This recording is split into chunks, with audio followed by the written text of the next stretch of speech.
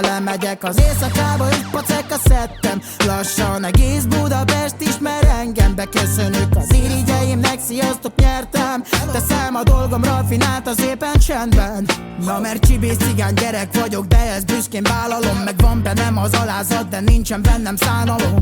A pénzem számolom, amit a munka hozott. Elkövettem pár hibát, az élet felpofozott. Fogott a kezem, a kapát megásott. De az irigyeim így is szórták rám az átkot. Rengeteg átok, amit rám szórtak, azok valamiért billióká változtak. Csak az urba hiszek, mögöttem az ördög. Ezért a poharamba kompán Dezsóit én töltök a cekket. Azt állom, a vadászat indul.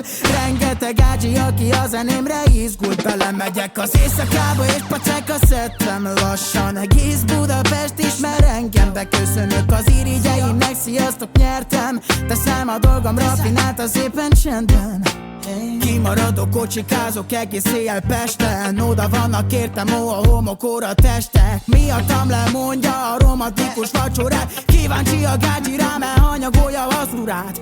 De nem érdekel, hogy mi lesz, elé állok. Az oroszlának barlangjába tesóm besétálok. Tudom, hogy a tűzre most nagyon rossz várt tettem. Beköszönök az irigyeimnek, mert én nyertem. Belemegyek az éjszakába és pacek a szettem. Lassan egész Budapest ismer engem. Beköszönök az irigyeimnek, sziasztok, nyertem. Teszem a dolgom rafinált az éppen csendben. Belemegyek az éjszakába és pacek a szettem. Lassan egész Budapest ismer engem. Beköszönök az irigyeimnek, sziasztok, nyertem. Teszem a dolgom rafinált az éppen